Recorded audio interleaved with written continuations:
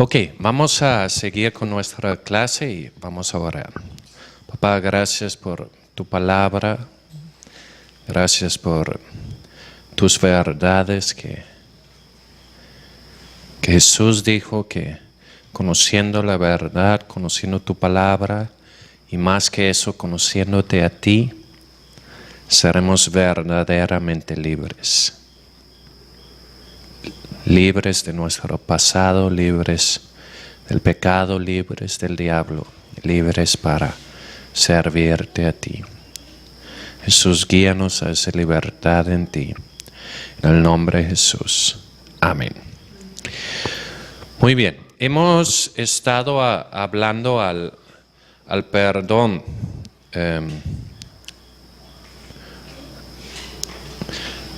Al perdón de pecados y el arrepentimiento. Y uno de los versículos que tomamos como base es la que encontramos en Marcos capítulo 1. Marcos capítulo 1 y versículo 14, que es realmente el mensaje más esencial de Jesús. Es lo que él predicaba básicamente por todos lados, es lo que decía donde quiera que iba. Dice que después que Juan fue encarcelado, Jesús vino a Galilea predicando el evangelio del reino de Dios, diciendo: el tiempo se ha cumplido y el reino de Dios se ha acercado, arrepentíos y creed en el evangelio. Entonces básicamente dice que la manera que participamos de la salvación de Dios o del evangelio es a través de dos cosas: arrepentimiento y fe. Y hemos tocado los dos. Arrepentimiento básicamente es un cambio de pensamiento, de emoción y de acción acerca de mi pecado. Pienso diferente acerca de mi pecado que cuando lo hice. Por lo tanto, siento diferente al aspecto y por lo tanto cambio mis hechos. Es como si camino en una dirección, me doy cuenta, voy por mal camino, volteo y empiezo a caminar en la dirección contraria. Y fe en el evangelio es fe en que hay un sacrificio perfecto, hay un sacrificio que sí quita pecados. Pero quiero ver algunas cosas, cómo se aplica prácticamente, cómo se aplica en una manera muy práctica. Por ejemplo, si vamos a Juan capítulo 13, Juan capítulo 13.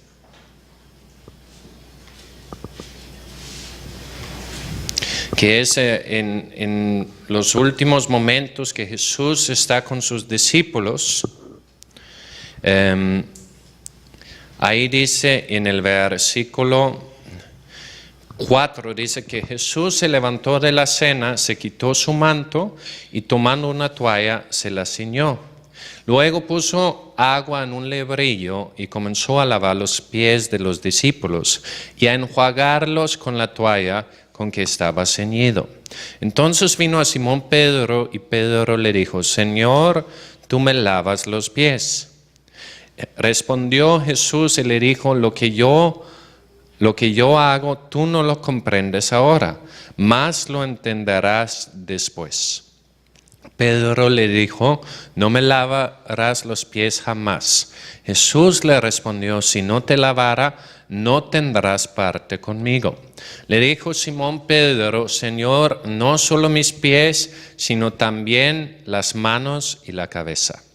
Jesús le dijo: el que está lavado no necesita sino lavarse los pies, pues está todo limpio, y vosotros limpios estáis, aunque no todos.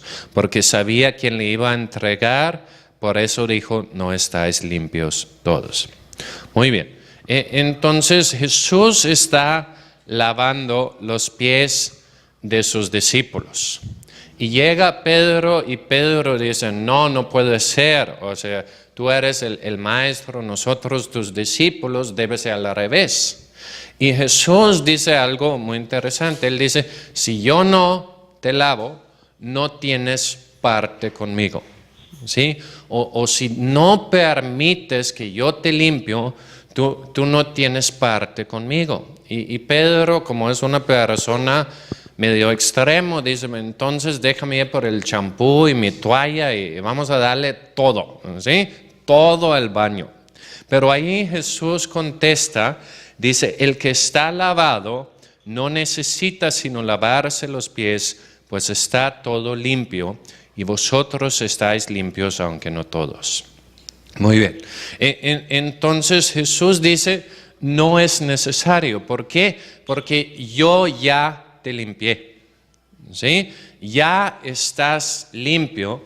Lo único que necesitas es lavarte los pies. Ahora, los pies, ¿qué representa? Los pies es la parte de mí que tiene contacto con el mundo. ¿Sí? Nadie andamos volando, ¿sí? Andamos caminando, por lo tanto nuestros pies tocan la tierra. Y en aquel tiempo no había zapatos, había chanclas. ¿Sí? Estaban abiertos, la gente caminaba descalzo o en chanclas y las calles no eran pavimentados.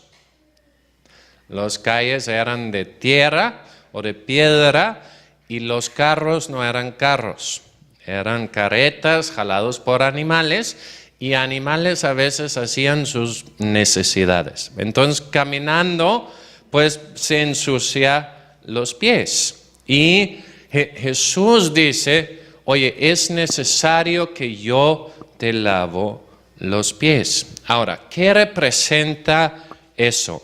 Representa que hay un tiempo repetidamente donde dejamos que Jesús nos limpie.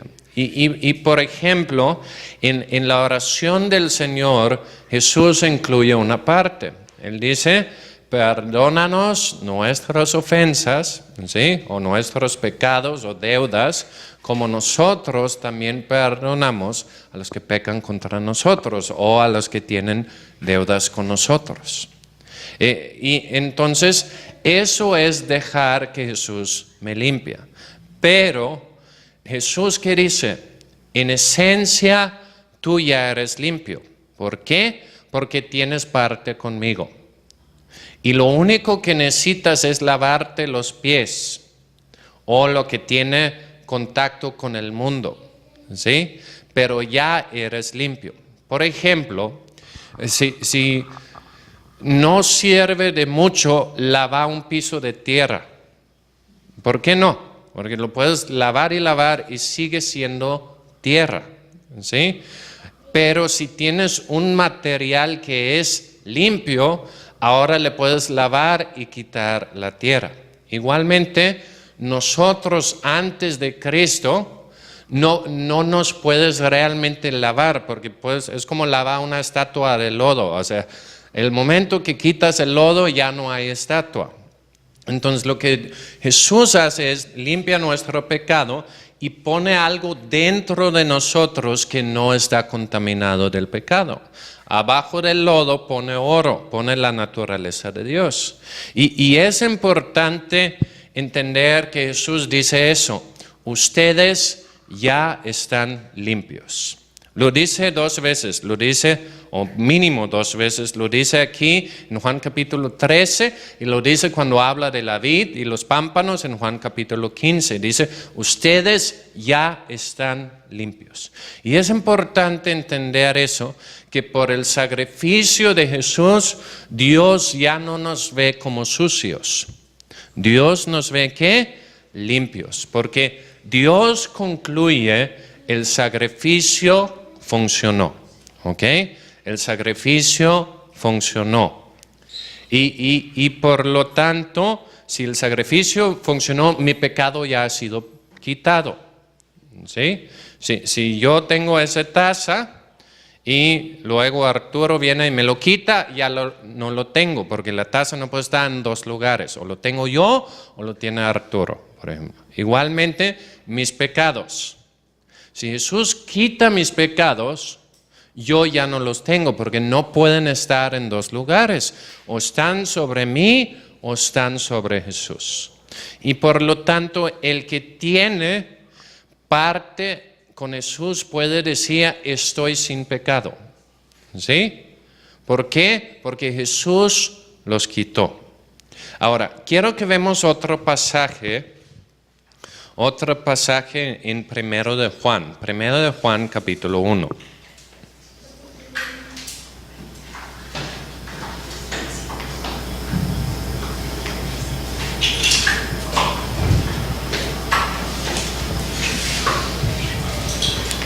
Y vamos a leer en el versículo 5. Dice, este es el mensaje que hemos oído de él y os anunciaremos. Dios es luz y no hay ningunas tinieblas en él.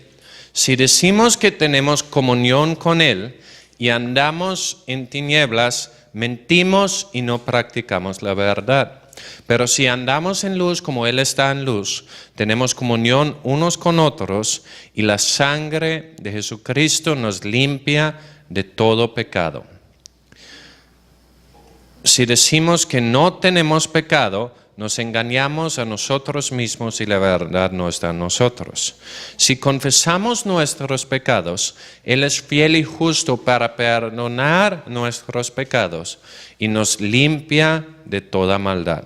Si decimos que no hemos pecado, le hacemos a Él mentiroso y su palabra no está en nosotros. Y luego, hijitos míos, estas cosas os escribo para que no pequéis. Si alguien hubiera pecado, abogado tenemos para con el Padre, Jesucristo el justo, y Él es la propiciación por nuestros pecados, y no solamente por los nuestros, sino también por los de todo el mundo. Ok, entonces Juan dice, Dios es luz y no hay tinieblas en Él. Y luego dice que en el versículo 6 dice, si decimos que tenemos comunión con Él y andamos en tinieblas, mentimos y no practicamos la verdad. Ahora, ¿cuál es la diferencia entre caminar en la luz y caminar en tinieblas? Por ejemplo, imagínate que es de noche, ¿sí? Y es oscuro, estás en un lugar oscuro y tú estás comiendo una picada, ¿sí? Y está así bien surtido la picada, está bien lleno. Y cuando tú muerdes del frente, del lado atrás, se cae así una parte y ¡pum!, a tu camisa. Ahora, si no lo sientes, ¿qué va a pasar? Pues a lo mejor ni cuenta te vas a dar y tú vas a seguir y a lo mejor terminas con la camisa o con la blusa toda embarrada y ni cuenta te diste. Pero si es a mediodía y hay luz, ¿qué pasa? Se cae y lo ves y ¡ay, mi camisa! Empiezas a limpiar y quitarlo y todo eso. Esa es la diferencia entre una persona que está en luz y alguien que está en tinieblas. No es que necesariamente el que anda en la luz no cae en pecado. ¿Sí? La Biblia habla de que el justo cae 7 veces, pero se levanta. ¿Sí? Entonces, igualmente Juan dice, yo digo eso para que no pecan, pero si pecan, tenemos un abogado para con el Padre. ¿Sí? Jesucristo, que no solamente es el abogado, sino también la propiciación, que es un sacrificio que quita el pecado. ¿Sí? Él es el que también pagó el castigo, la multa, la condena. Entonces, si andamos en la luz, ¿qué pasa? Juan dice, si decimos que no hemos pecado, pues nos engañamos. Si yo digo, yo no necesito el sacrificio de Jesús, me estoy engañando. Pero, como dice aquí, si confesamos nuestros pecados, es fiel y justo. ¿Para qué? Para limpiar, ahí en el versículo 9, si confesamos nuestros pecados, Él es fiel y justo para perdonar nuestros pecados y limpiarnos de toda maldad. Si Dios me limpia, quedo limpio. Ahora, yo no puedo decir en mí mismo no tengo pecado, pero sí puedo decir por lo que Jesús hizo, ahora no tengo pecado. ¿sí? Es la diferencia. Yo reconozco mi condición antes, pero también debo reconocer mi condición después. Por ejemplo, en Salmo 103. Salmo 103.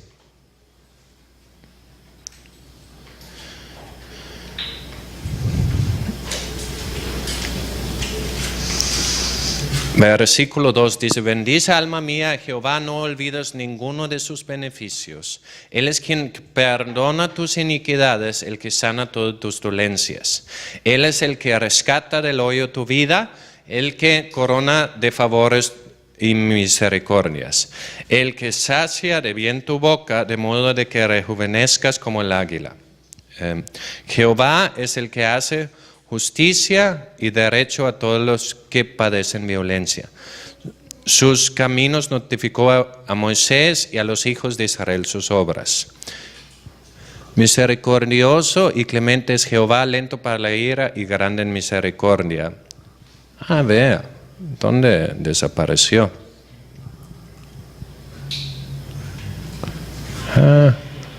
Ahí, en el versículo 12, lee el resto, también es súper bueno. Sí, el versículo 12 dice, cuán lejos está el oriente del occidente, ¿sí?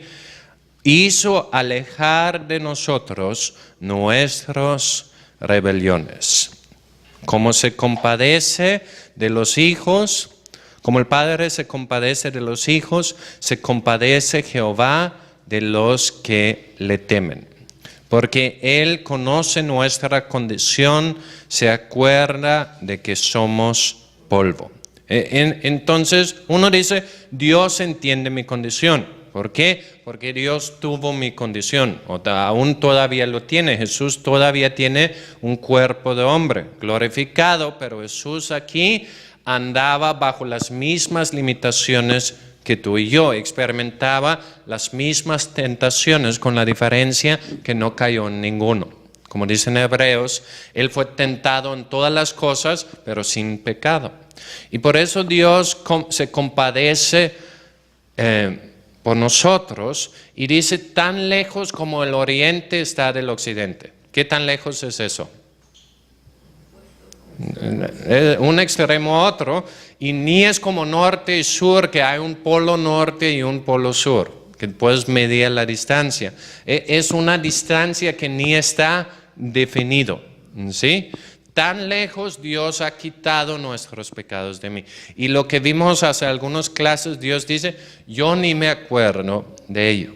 Entonces, si yo camino en la luz, dice que tenemos comunión con Dios y la sangre de su Hijo me limpia ¿de qué? De todos mis pecados. El sacrificio que leímos en Hebreos 10:14, con un solo sacrificio hizo perfecto para siempre a los santificados. Entonces la única pregunta es si yo tengo parte con Jesús o no, si estoy en la luz o no.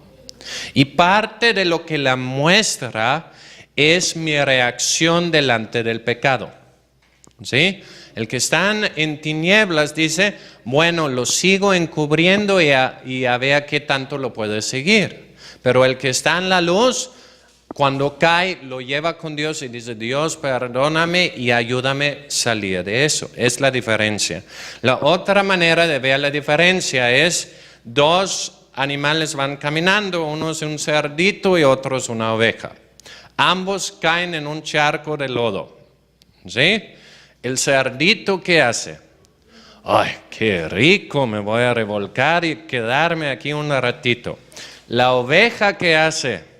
Brinca y trata como loco de limpiarse.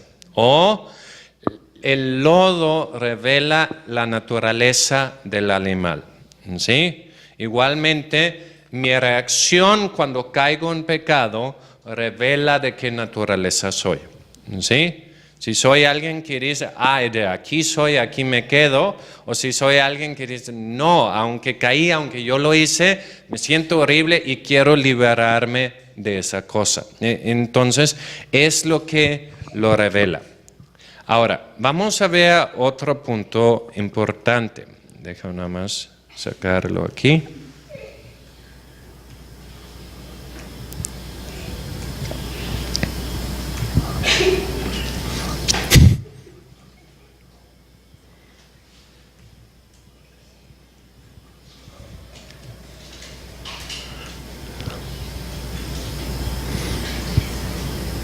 Ahora, hay otra cosa. A veces un contrato tiene la letra chiquita. Ahora, los contratos de Dios no tienen letra chiquita, tienen el mismo tamaño que todo lo demás. Pero Dios sí en lo de perdonar pone una pequeña cláusula. Y es algo que realmente repite varias veces. Y uno es en Mateo capítulo 6 y versículo 12. Mateo 6, 12. Y es la oración del Señor, de hecho lo hemos mencionado, dice, y perdónanos nuestras deudas, como también nosotros perdonamos a nuestros deudores. Ahora, aquí como que Jesús puso una pequeña trampa, ¿sí? ¿Por qué? No a todos les conviene orar eso, porque si tú dices, Dios, perdóname como yo perdono a los demás, ¿qué va a decir Dios a algunos? Está bien, entonces no te voy a perdonar. Y tú dices, ¿qué? ¿Cómo? Sí, porque tú no perdonas, ¿sí? Y decimos, no puede, Jesús no puede decir eso, no se refiere a eso.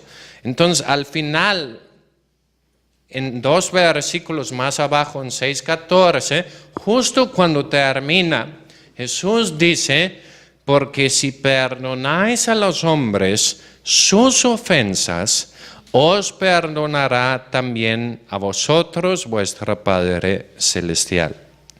Mas si no perdonáis a los hombres sus ofensas, tampoco vuestro Padre os perdonará vuestras ofensas. ¿Ok? Entonces, Jesús dice, dije lo que quise decir.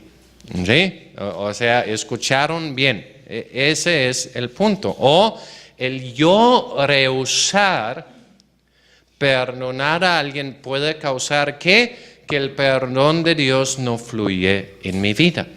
Y no solamente está aquí, por ejemplo, en Mateo capítulo 7. Mateo capítulo 7.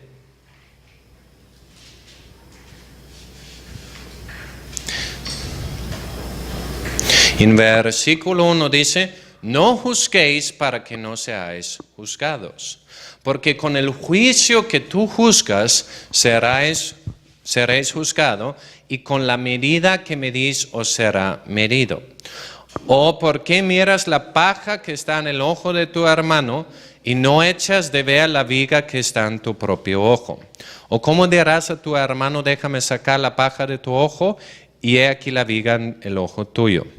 Hipócrita, saca primero la viga de tu propio ojo y entonces verás bien para sacar la paja del ojo de tu hermano. Jesús dice, no juzgas, ¿para qué? Para que no seas juzgado. O Jesús dice, un juicio es como un boomerang, lo lanzas pero regresa, ¿sí? O es como apuntas un dedo a alguien y te das cuenta que, hay 3 dedos apuntándome hacia mí mismo. Entonces, realmente Jesús nos da un consejo.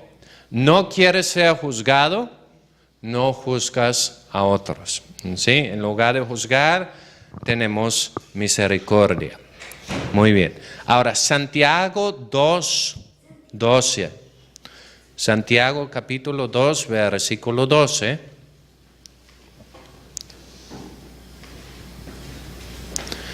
Dice, así hablad y así haced, como los que habéis de ser juzgados por la ley de la libertad. Porque juicio sin misericordia se hará con aquel que no hiciera misericordia, y la misericordia triunfa sobre el juicio. ¿Qué dice? Juicio sin misericordia se hará con aquel que no hiciera misericordia. La misericordia triunfa sobre el juicio. ¿Ok? Entonces Jesús está diciendo, aquí Santiago, pero por parte de Dios está diciendo, tú decides si quieres vivir bajo juicio o bajo misericordia, porque lo que tú aplicas con los demás es lo que Dios va a aplicar contigo. Pero el lugar que como que para mí lo muestra mejor es en Mateo capítulo 18. Mateo capítulo 18 y versículo 21.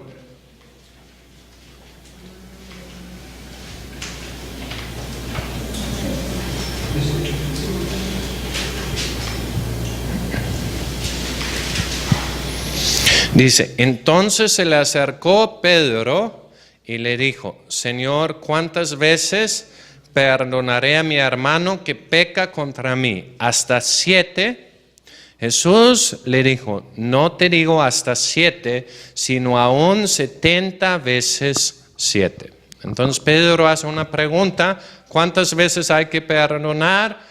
Se ha aprendido que 7 es un número muy espiritual, el número completo. Entonces él dice 7 veces. Jesús dice no 7, 70 veces 7.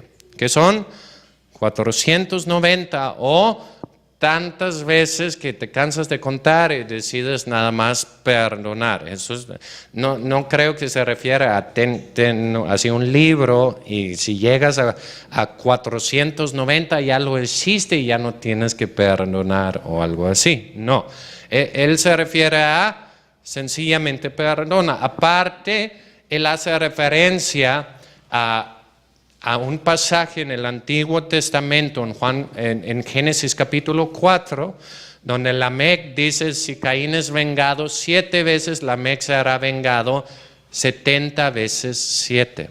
O dice, así como aquí había venganza, yo digo que vivan en perdón. Entonces hace una referencia a eso.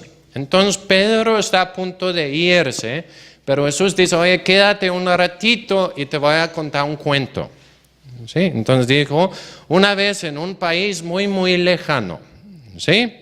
Dice, bueno, no dijo eso, ese nomás lo dije yo, pero lo que sí dijo es lo siguiente, Mateo 18, 23, por lo cual el reino de los cielos es semejante a un rey que quiso hacer cuenta con sus siervos. Y comenzando a hacer cuentas, y le fue presentado uno que le debía 10,000 talentos. ¿Ok? Ahora, nosotros escuchando eso, pensamos, bueno, le fue traído a alguien que le debía como 10,000 pesos o 10,000 dólares o 10,000 euros si le fue muy mal. Pero un talento no es equivalente a $1, ¿sí? Un talento es, de hecho, 10,000 era como que el mayor número en griego que había una palabra para ello. ¿Ok? Es el más grande número por el cual tenían palabra.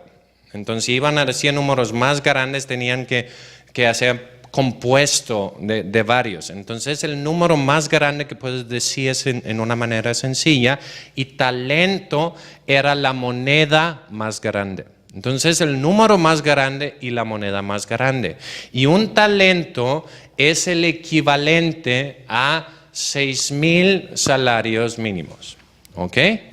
Entonces, ese corresponde al salario mínimo por 19 años. ¿Ok? Si un obrero trabaja 19 años, 6 días la semana, ¿sí? Todas las semanas del año, después de 19 años ha ganado un talento. Ahora, ¿cuánto era la deuda? 10,000 talentos. ¿Ok? Entonces, ¿cuánto es eso? 19 por 10,000, 190,000. O sea, el hombre, porque él dice en lo siguiente, en el versículo 25, ahí, dice, a este como no pudo pagar, ordenó su señor venderle a su mujer y hijos y todo lo que tenía para que se le pagase la deuda. El señor de aquel Entonces su siervo postrado le suplicaba, diciendo, Señor, ten paciencia conmigo y yo te lo pagaré todo. Ahora, ¿ese era cierto? No, jamás se lo iba a poder pagar. La deuda eso es equivalente o mayor que la deuda externa de un país. ¿Sí? No es como una deuda de un individuo, es una deuda impagable. ¿Ok? Pero él dice, no, yo te voy a pagar, nada más dame chance. Pero su Señor le tiene misericordia y le soltó y le perdonó la deuda. Y luego, pero saliendo aquel siervo, halló uno de sus consiervos que le debía 100 denarios. Un denario era un salario mínimo, era lo que pagaban un jornalero por un día de trabajo. Entonces, un talento es 6,000 veces más que un denario. ¿Ok? Entonces, la deuda, si un talento es 6,000, 10,000 por 6,000, ayúdame, es mucho. 10,000 por 6,000. Los que están más despiertos que yo, 6 millones, 6 o 60 millones.